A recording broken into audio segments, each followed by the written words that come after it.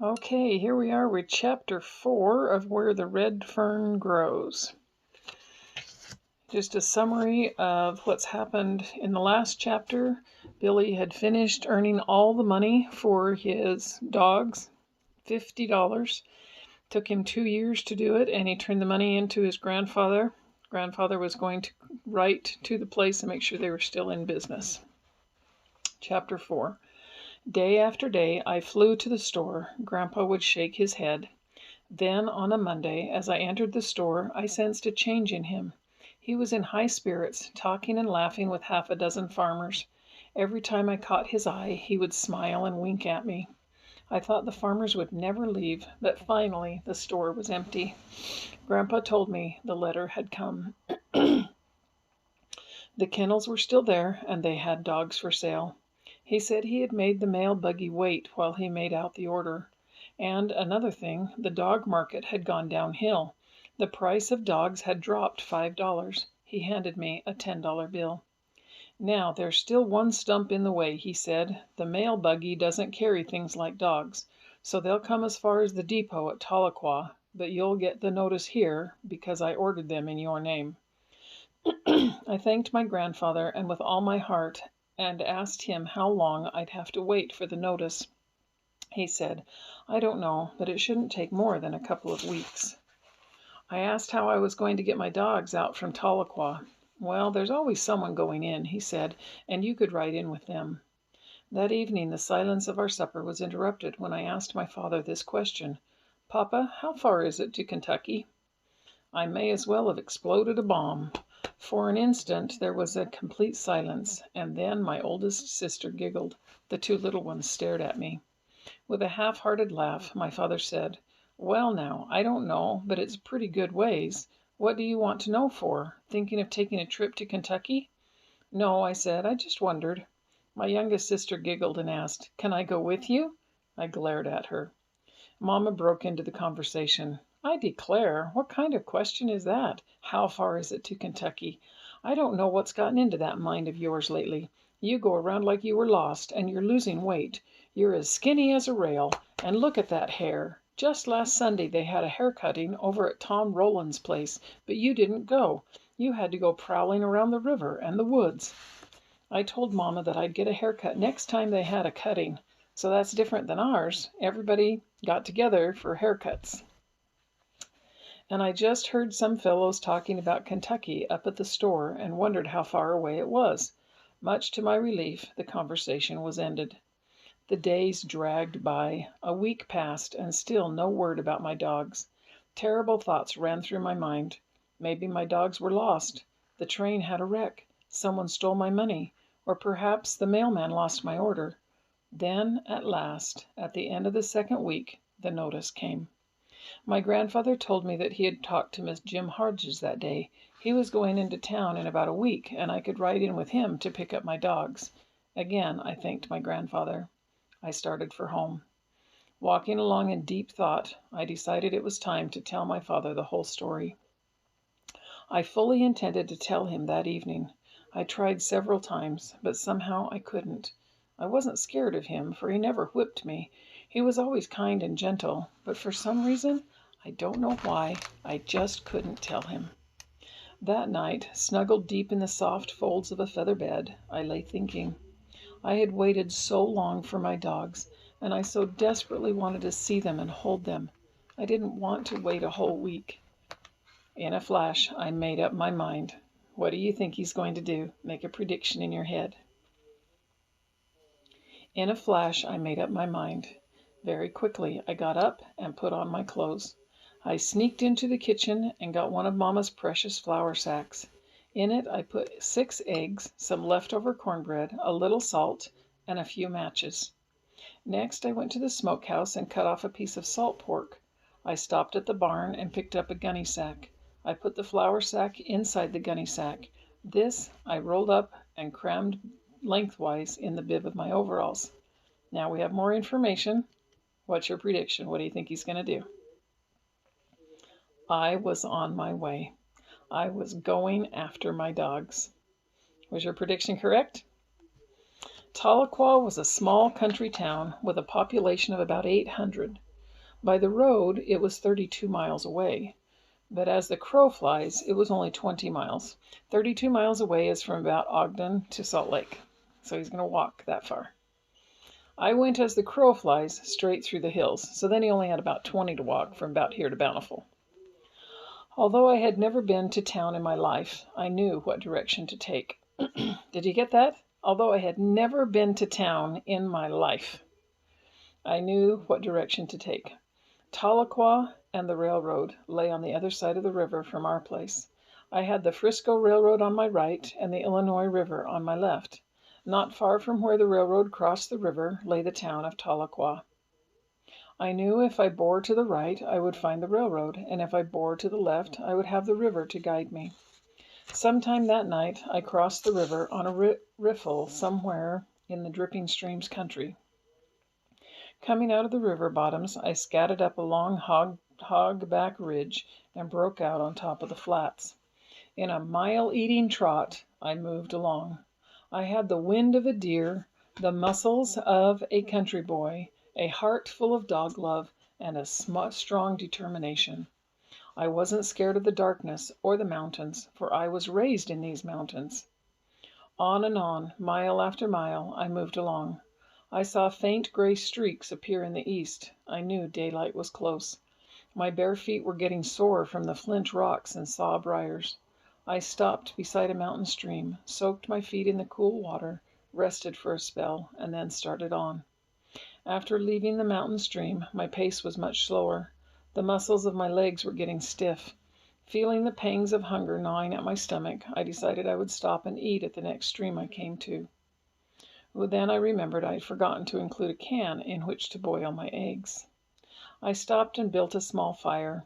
Cutting off a nice thick slab of salt pork, I roasted it, and with a piece of cold cornbread made a sandwich. Putting out my fire, I was on my way again. I ate as I trotted along. I felt much better. I came into Tahlequah from the northeast. At the outskirts of town, I hid my flour sack and provisions, keeping the gunny sack. I walked into town. I was scared of Tahlequah and the people. I had never seen such a big town and so many people. There was store after store, some of them 2 stories high. The wagon yard had wagons on top of wagons, teams, buggies, and horses. 2 young ladies about my age stopped, stared at me, and then giggled. My blood boiled, but I could understand. After all, I had 3 sisters. They couldn't help it, because they were women folks. I went on. I saw a big man coming up the street. The bright, shiny star on his vest looked as big as a bucket. I saw the long black gun at his side, and I froze in my tracks. I'd heard of sheriffs and marshals, but had never seen one. Stories repeated about them in the mountains told how fast they were with a gun and how many people they had killed. The closer he came, the more frightened I got. I knew it was the end for me. I could just see him aiming his big black gun and shooting me between the eyes. It seemed like a miracle that he passed by, hardly glancing at me. Breathing a sigh, I walked on, seeing the wonders of the world. Passing a large store window, I stopped and stared. There in the window was the most beautiful sight I had ever seen. Everything under the sun. Overalls, jackets, bolts of beautiful cloth, new harnesses, collars, bridles.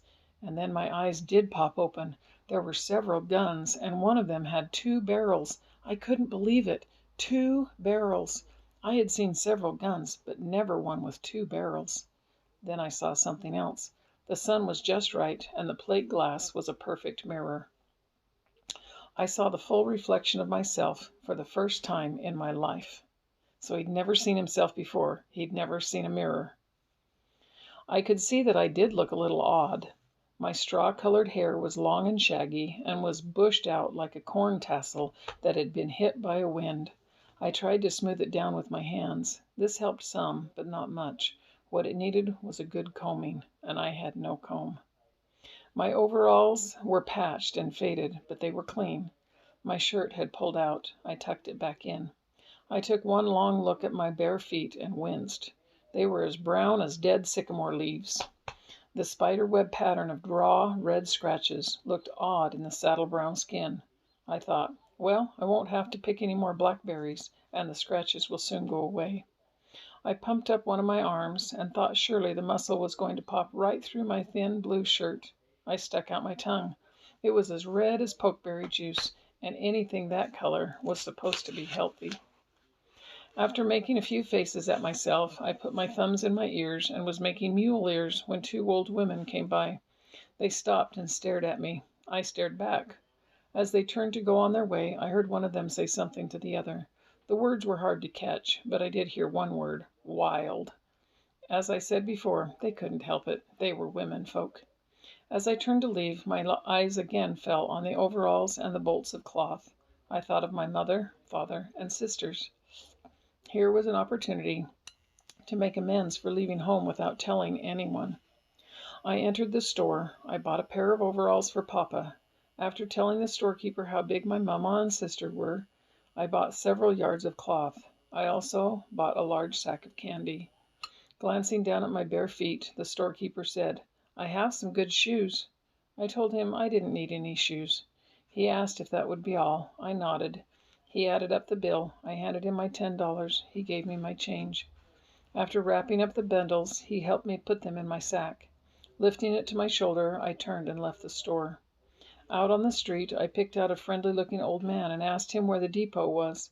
He told me to go down to the last street and turn right, go as far as I could go, and I couldn't miss it. I thanked him and started on my way.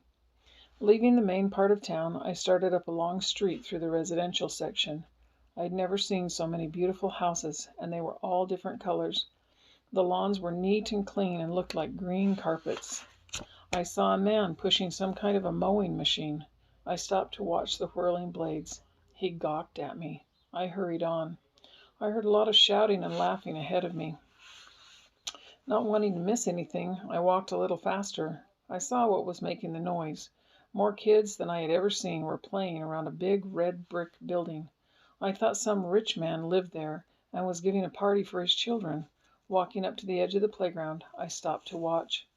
The boys and girls were about my age and were as thick as flies around a sorghum mill. They were milling, running, and jumping. Teeter-totters and swings were loaded down with them. Everyone was laughing and having a good time.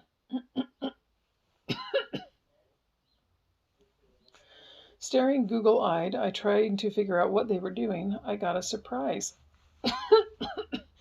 Obviously, he'd never seen a school before, and so he did not know why the children were at the school.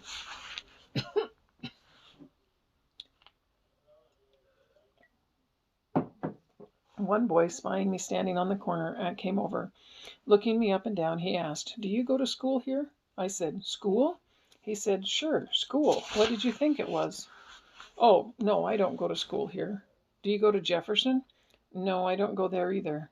"Don't you go to school at all?" "Sure, I go to school." "Where?" "At home." "You go to school at home?" I nodded. "What grade are you in?" I said I wasn't in any grade. Puzzled, he said, "You go to school at home, and you don't know what grade you're in. Who teaches you?" "My mother." "What does she teach you?" I said, "Reading, writing, and arithmetic, and I bet I'm as good at it as you are."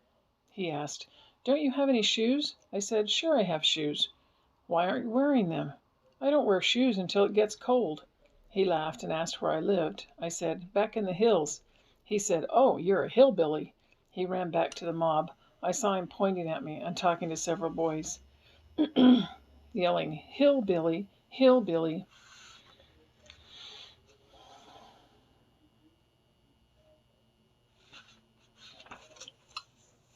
I couldn't understand these town people. If they weren't staring at a fellow, they were laughing at him. That's the end of chapter 4.